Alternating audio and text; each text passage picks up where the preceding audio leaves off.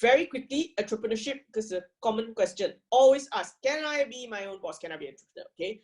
Now, people need to make a few distinctions. Self-employed is not business owner. Small business owner is not conglomerate or chaebol, as we like to call them here, right? Okay. I think people need to appreciate that an entrepreneurial personality is not a reason to be an entrepreneur. Okay. Now, entrepreneurialism comes from indirect wealth. If your indirect wealth is poor quality, that doesn't mean you should be an entrepreneur. It just means you have some entrepreneurialism, but not enough to justify you actually going out and doing your own job. Okay, so you don't want to confuse entrepreneurialism with entrepreneurship. Okay, you find that most people who want to be entrepreneurs tend to not always do it because they think they are entrepreneurial. For example, you look at all the classic entrepreneurs out there, so-called builders of a better mousetrap, right? Bezos, Musk, Jobs, Bill Gates, right? Okay, they were all about the product, the output. Okay, so actually, entrepreneurialism is about wealth opportunities. It's about saying, okay, I made this thing now. How do I sell it for and how much? And what's my margin? And where's the opportunity, right? But if you only know the opportunity, but you don't make the product, then you are like the thousands of product distributors on Lazada and Shopee. Okay, you don't know what to make, but you can tell how to sell something or where the gap is. Okay, now obviously a successful entrepreneur also needs the indirect wealth, right? Because they need to see the opportunity, the financial opportunity, right? But without the output, and if your indirect wealth is only mildly good, you will imagine you are better off on your own. You are better at seeing opportunities than your boss, but what you don't realize is you don't have enough wealth to sustain you. Okay, so the other thing to think about is a lot of people who think they are success or have the ability to be a successful entrepreneur are often IWs without DW. So the problem is they cannot combine a margin with the upside. So they don't know the bread and butter business from the upside business. Okay, so a good example of this is Apple. Now, when Apple started, it was a DW business, a high margin DW business. Okay, so they were efficient in production. They were very specific about their quality control and very exact about their pricing point. Okay, however, if you look at Apple now, a substantial part of their revenue growth is coming from services, add-ons, right? The little bit here, the little bit there, the little bit here, the little bit there from the App Store, like taking a cut from everybody who sold an app, taking a cut from all the in-app sales, right? Okay, but increasingly, Apple has now realized, you know what? I don't want that anymore. I don't want this unpredictable margin thing because I'm already getting a very big margin from my product.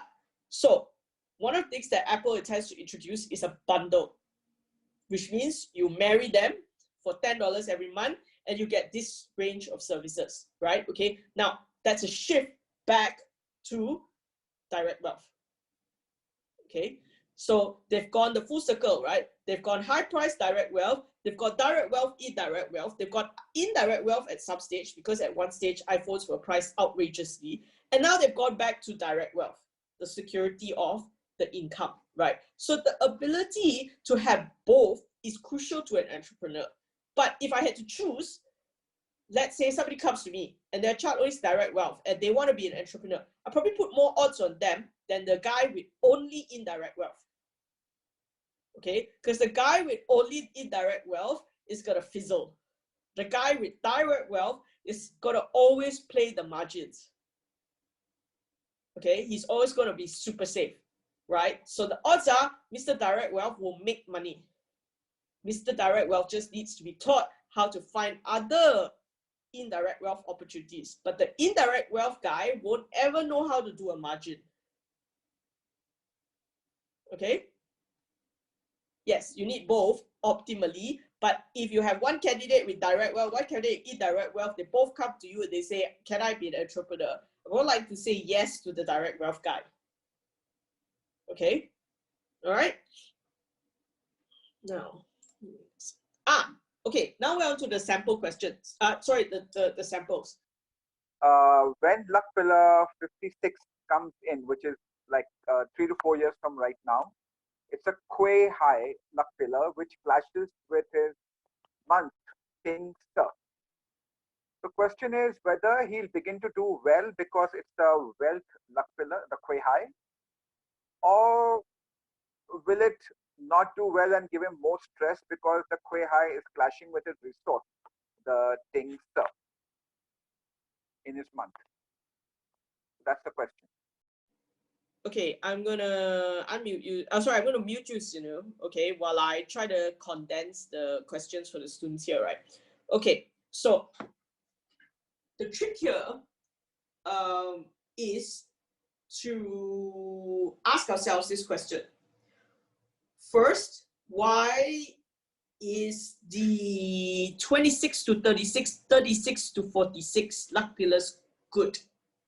Okay, this is question, right? Because according to Sunil, did very well at those ages, and then he gets to 46 and he screws it up, ostensibly, right? Okay, ostensibly he isn't doing as well in 46 to 56, right? Okay, so yes, we all know it's the output star, but what's the story? Anybody want to venture a guess?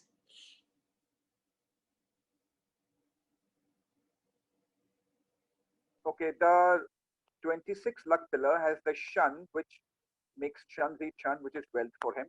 So probably he did well. Eating God producing wealth. And the 36 luck pillar has the yo, the sin yo, which is his very strong hurting officer. And it's also giving him a chance to combine with his month, the sir and the yo combined. The month is the career palace, so it's combining with his output.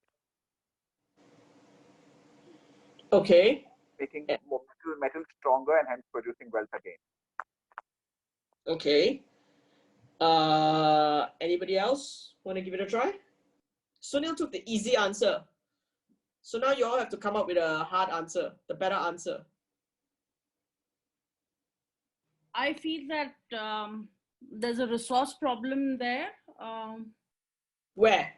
In the Ranchi luck. Okay, we know that. Sunil's asking that question. But let's go back to his original question. Why 26 to 36, 36 to 46 is good? Okay. Oh. Why? Want to take a punt?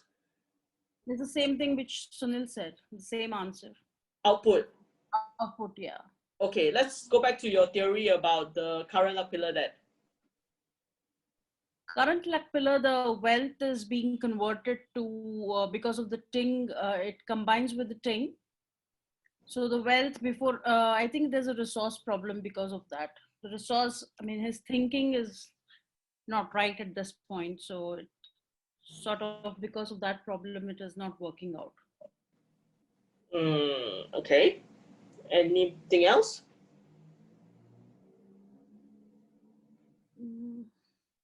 Okay, wait. Sunil wants to change his answer now. So I will unmute him. Hang on, Sunil, let me find you. Okay, go.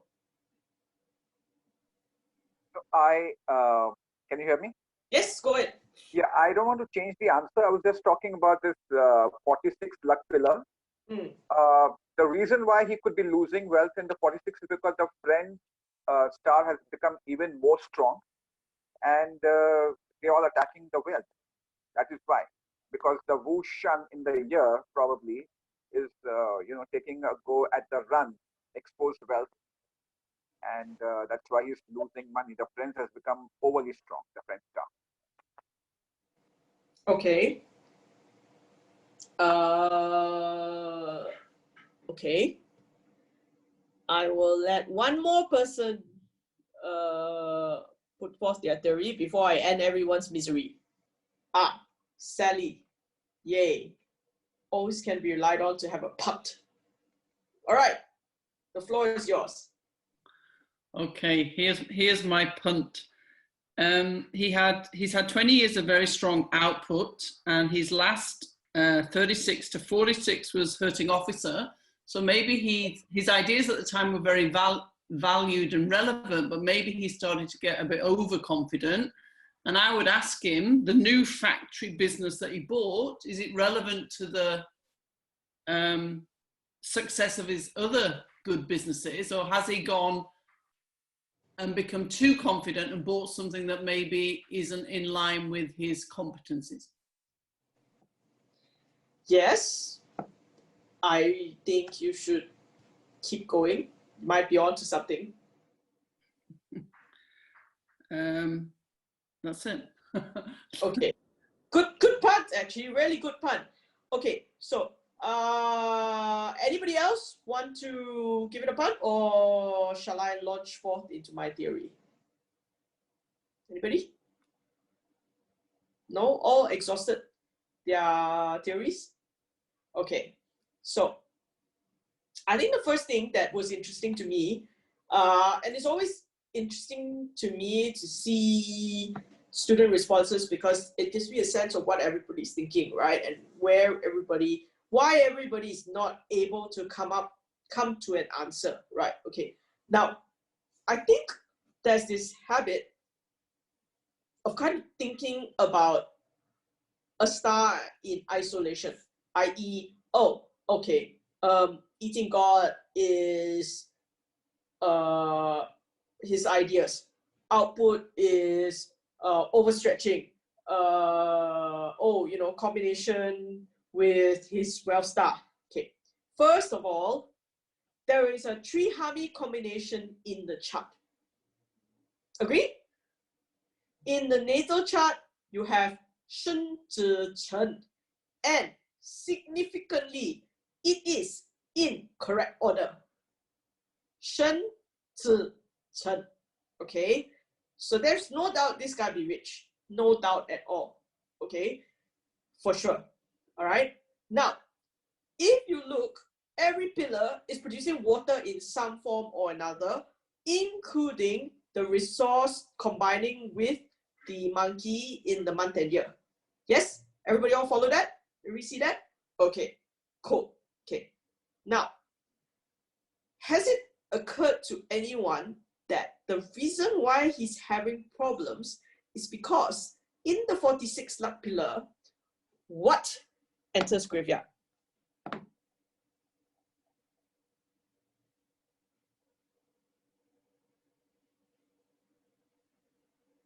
Yeah, we know dog is the graveyard, but what enters graveyard?